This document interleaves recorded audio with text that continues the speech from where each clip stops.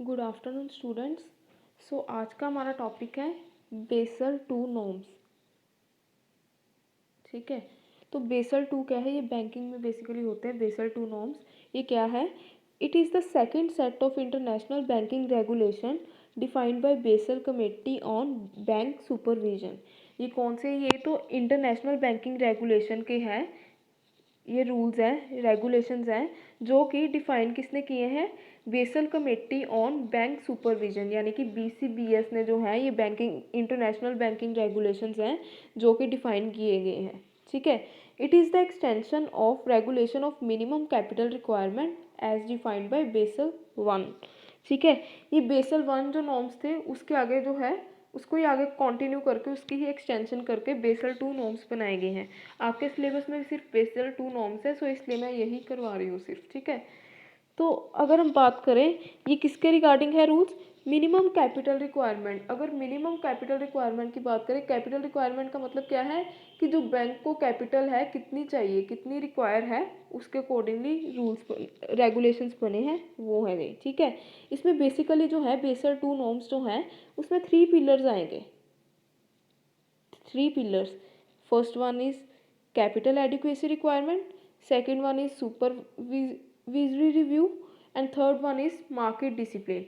अगर हम बात करें capital adequacy requirement, capital adequacy requirement क्या होती है? कैपिटल एडिक्वेसी रिक्वायरमेंट मतलब क्या है कि जो बैंक है, बैंक की कैपिटल कितनी होनी चाहिए, बैंक की कैपिटल की रेशियो कितनी होनी चाहिए इन प्रोपोर्शन टू जो बैंक की एसेट एंड लाइबिलिटी है, रिस्क की एसेट एंड लाइबिलिटी है, उसके प्रोपोर्शन में जो बैंक की कैपिटल की रेशियो है, ये परसेंटेज है, वो कितनी होनी चाहिए। इसे हम क्या बोलेंगे? कैपिटल एडिक्वेसी रेशियो बोल देंगे या कैपिटल एडिक्वेसी रिक्वायरमेंट बोल देंगे इसे। ठीक है, तो फर्स्ट जो है पिलर, इसमें क्या लिखा है? Pillar 1 improves on the policies of Basel 1 by taking into consideration operational risk. इसका मतलब क्या है? जो बेसल 1 के अंदर जो पॉलिसीज बनी थी उसको ध्यान में रखते हुए उन्होंने ऑपरेशनल रिस्क को कंसिडर किया है। ठीक है, बेसल 2 के नॉर्म्स में उन्होंने क्या किया है? पॉलिसीज जो बेसल 1 की थी उनको कंसिडरेशन रखे हुए, उनको ध्यान में रखते हुए ऑपरेशनल रिस्क को लिया है। ठीक है, in addition to credit risk associated with risk weighted assets. इसका मतलब क्या है? क्रेडिट रिस्क मतलब क्या होता है कि हमने जो क्रेडिट देकर रिस्क लिया है जो कि किसके साथ एसोसिएटेड है, किसके साथ लिंक है? रिस्क वेटेड एसेट्स के साथ। ठीक है, उन्होंने क्या बोला है कि जो बेसिकली मिनिमम कैपिटल रिक्वायरमेंट है वो 8% होनी चाहिए, यानी कि जो 8% जो है बैंक को मेंटेन करके रखनी पड़ेगी। सो बेसिकली आपको इसमें इतना डिटेल में जाने की ज़रूरत नहीं है, आपको बेसिकली ये याद रखना है कि अकॉर्डिंग टू बेसल 2 नॉर्म्स जो हैं उन्होंने क्या बोला है कि जो मिनिमम कैपिटल एडिक्वेसी है आपको कितनी मेंटेन करके रखनी पड़ेगी? 8%। ठीक है, 8% ऑफ रिस्क वेटेड एसेट, जो रिस्क वेटेड एसेट्स हैं उनका 8% आपको मेंटेन करके रखना पड़ेगा। ठीक है, तो इसमें बेसिकली जो है अप्रोचेज हैं, 2 मेन अप्रोच है यहाँ पे। ठीक है, जो कैपिटल एडिक्वेसी रिक्वायरमेंट है इसमें बेसिकली 2 अप्रोचेज हैं जो कि हमने देखनी है। First one is standardise approach. अब स्टैंडर्डाइज अप्रोच क्या कहती है देखते हैं। It is suitable for banks with smaller volume of transaction. जो स्टैंडर्डाइज अप्रोच है वो किन बैंक्स के लिए सूट करती है, किन बैंक्स को सूट करती है? जिनके जो है ऑपरेशंस जो है स्मॉल स्केल पे हैं, जिनके ऑपरेशन स्मॉल स्केल पे हैं उनको स्टैंडर्डाइज अप्रोच लगानी पड़ेगी, और जिनका सिंपल कंट्रोल स्ट्रक्चर है, मतलब कि कोई कॉम्प्लेक्स नहीं है, कॉम्प्लेक्सिटी नहीं है कंट्रोल करने में, सिंपली कंट्रोल हो सकते हैं ऑपरेशंस बैंक के, तो इस केस में हम क्या करेंगे? स्टैंडर्डाइज अप्रोच यूज़ करेंगे। ठीक है, इसमें क्या आएगा? It involves the use of credit rating from external credit assessment institution. उन्होंने क्या बोला है? जैसे बैंक की क्रेडिट रेटिंग करते क्राइसिल हो गए या और भी कई इंस्टीट्यूशंस हैं, उन्होंने बोला जो क्रेडिट रेटिंग करनी है बैंक्स की वो एक्सटर्नल इंस्टीट्यूशंस करेंगे। जो एक्सटर्नल जो क्रेडिट असेसमेंट इंस्टीट्यूशंस हैं उनके थ्रू जो है हम क्रेडिट रेटिंग करवाएंगे अपने बैंक्स की। ठीक है, क्योंकि यहाँ पे सिंपल कंट्रोल है और ऑपरेशंस भी स्मॉलर वॉल्यूम में है। ठीक है, छोटे लेवल पे ऑपरेशंस है, सो इसलिए इजीली हो जाएंगे। तो आपने क्या करना है इसमें? एक्सटर्नल क्रेडिट असेसमेंट इंस्टीट्यूशन से अपनी रेटिंग करवानी, सो डैट जो है क्रेडिट वर्दीनेस जो है बैंक की जान सके। और सेकंड अप्रोच क्या कहती है? सेकेंड अप्रोच है internal rating based approach. Internal rating based approach क्या होती है, ये क्या कहती है, it is suitable for banks engaged in more complex operation. पहले क्या था, स्मॉल लेवल ऑपरेशन थे, अब यहाँ पे क्या हुआ, कॉम्प्लेक्स लेवल ऑपरेशन हो गए, ठीक है, with more risk management system, ठीक है। उन्होंने बताया है basically there are 2 IRB approaches. यहाँ पे अब आगे इसके अंडर भी 2 अप्रोचेस आएंगी, इंटरनल रेटिंग बेस्ड अप्रोच में 2 आगे अप्रोचेस आएंगी जो कि कैपिटल रिक्वायरमेंट को कैलकुलेट करने में हेल्प करेगी। कौन कौन सी 2 अप्रोचेस हैं? फर्स्ट अप्रोच है foundation internal rating based approach, ठीक है, इसका आपने नेम याद रखना है, foundation internal rating based approach, ठीक है। ये इसमें क्या कहते हैं, it uses the bank uses their own assessment of parameter such as profitability probability of default while the assessment methods of other parameters mainly risk components such as loss given default and exposure at default are determined by supervisor। इसका मतलब क्या है कि जो probability of default है, हमने इसके parameter क्या सेट किए हैं कि कौन कौन लोग हैं, जो कौन कौन कस्टमर्स हैं, कौन कौन से हमारे क्लाइंट्स हैं जो कि डिफ़ॉल्ट कर सकते हैं पैसे पेमेंट वापस करने के लिए, पेमेंट रिटर्न करने के लिए, जो उन्होंने लोन के थ्रू ली है उसको रिटर्न करने में कौन कौन जो है वो डिफ़ॉल्ट कर सकते हैं, प्रोबेबिलिटी ऑफ डिफ़ॉल्ट, ये हमारा क्या है, पैरामीटर है। जो foundation internal rating based approach है, इसमें हमारा पैरामीटर क्या होगा, प्रोबेबिलिटी ऑफ डिफ़ॉल्ट, ठीक है। उन्होंने बोला है कि अदर पैरामीटर्स कौन कौन से हो सकते हैं, loss given default, exposure at default, ठीक है, ये कौन डिटरमिन करेगा, सुपरवाइजर इसे डिटरमिन करेगा, ठीक है। ये थी हमारी फर्स्ट अप्रोच, किसके under, internal rating based approach में, ये जो है हमारी फर्स्ट अप्रोच थी। अब सेकेंड अप्रोच क्या है, advanced internal rating based approach. ये क्या कहती है, advanced internal rating based approach, ये कहती है bank use their own assessment for all risk institution and other parameter. उन्होंने क्या बोला, बैंक जो है अपनी असेसमेंट खुद करेगा, सारे रिस्क कंपोनेंट, जो जो रिस्की कंपोनेंट्स उसे दिखते हैं, ये जो कोई भी पैरामीटर्स हैं उसकी असेसमेंट कौन करेगा, बैंक खुद करेगा, ठीक है। तो ये थी हमारी फर्स्ट पिलर था कैपिटल एडिक्वेसी रिक्वायरमेंट, ठीक है। तो मैंने बताया 3 पिलर है इसके। तो सेकंड पिलर की अगर हम बात करें, सेकंड पिलर क्या है, सुपरविजरी रिव्यू।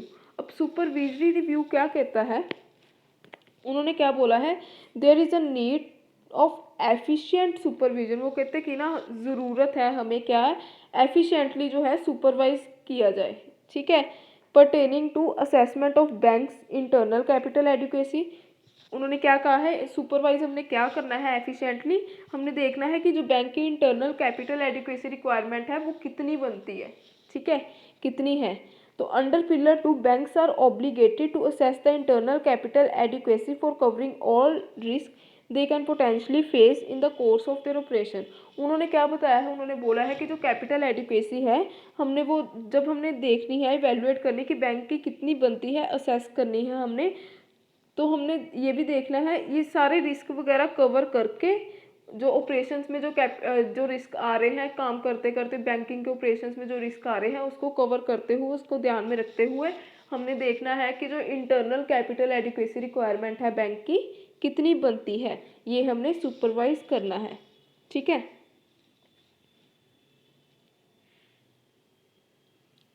नेक्स्ट अगर हम बात करें इसमें, इसी में ही हमने ये है internal capital adequacy assessment process. इन्होंने बताया है कि कैपिटल एडिक्वेसी जो हमने असेसमेंट करनी है, सुपरवाइज करनी है, उसका प्रोसेस क्या होगा, ठीक है। उन्होंने क्या बताया है इसमें, a bank must conduct periodic internal capital adequacy assessment, यानी कि पीरियोडिक मतलब टाइम टू टाइम, एक सम टाइम पीरियड रख लिया, जैसे मंथली हो गया, क्वार्टरली हो गया, वीकली हो गया, ठीक है। तो उन्होंने क्या बोला, पीरियोडिक इंटरनल जो है असेसमेंट हमने कैपिटल एडिक्वेसी असेसमेंट करनी है in accordance with the risk profile, अपना रिस्क देखते हुए, रिस्क की प्रोफाइल देखते हुए उन्होंने असेस करना है। And determine the strategy for maintaining the necessary capital level, जैसे मैंने बताया था मिनिमम कितनी होनी चाहिए, 8% जो है बैंक को मेंटेन करके रखना पड़ेगा, ये बेसल 2 के नॉर्म्स ने कहा था, ठीक है। तो उन्होंने बोला कि हमने स्ट्रेटेजी बनानी सो दैट जो है अगर 8% है या जितनी भी परसेंट है उसको मेंटेन करके रख सके, ठीक है। नेक्स्ट क्या है इसमें, supervisory review and evaluation process. इसमें क्या आएगा, supervisors are obligated to review the and evaluate the internal capital adequacy assessment and strategies of bank as well as their ability to monitor their compliance with regulatory capital ratio. उन्होंने क्या बताया है इसमें कि जो सुपरवाइजर्स है, supervisors की क्या ड्यूटी बनती है कि उन्होंने टाइम टू टाइम जो है रिव्यू करना है, इवेल्युएट करना है कि क्या बैंक जो है जितनी मिनिमम कैपिटल एडुकेसी रिक्वायरमेंट बताई गई है क्या वो उतनी मेंटेन करके रख रहा है कि नहीं रख रहा है। ठीक है, ये सुपरवाइज करना है। यानी कि अगर 8% बोला है तो क्या बैंक 8% मेंटेन करके रख पा रहा है कि नहीं रख पा रहा। ठीक है, आगे क्या लिखा है, capital above the minimum level. इसमें क्या है, यही है कि इन्होंने यही बताया है कि the requirement of supervisor to ensure that bank maintain their capital structure above the minimum level defined by pillar 1 और नॉट। ठीक है, क्या जो पिलर 1 जो है, पिलर 1 में कैपिटल रिक्वायरमेंट हमें कितनी बताई गई है, 8%। क्या वो मिनिमम 8% या उससे ज़्यादा मेंटेन करके रख पा रहा है कि नहीं रख पा रहा है, ये हमने सुपरवाइज करना है। ठीक है, तो हमारा ये था सेकंड पिलर सुपरविजरी में। ठीक है, सुपरविजरी रिव्यू। अब थर्ड लास्ट हमारा पिलर क्या है, मार्केट डिसिप्लिन। अब मार्केट डिसिप्लिन में क्या आएगा, pillar 3 aims to ensure that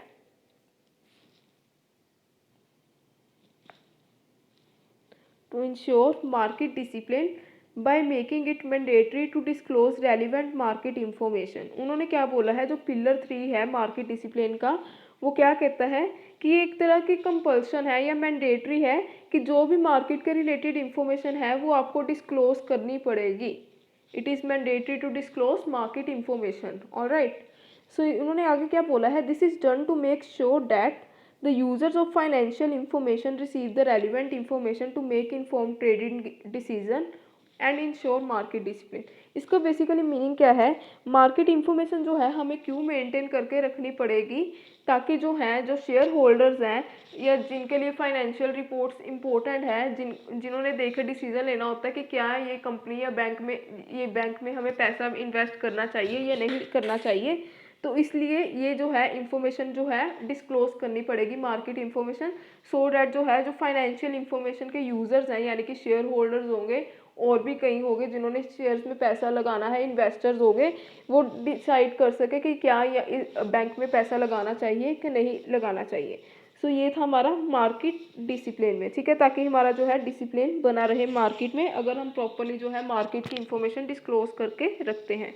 so ये थे हमारे 3 पिलर्स जो कि आपको याद करने हैं। ठीक है, अगर इसमें कोई डाउट हो देन आप बता देना। सो आज के लिए इतना ही। सो एक बार रीड कर लेना, अगर कोई प्रॉब्लम हो देन पूछ लेना। So thank you class.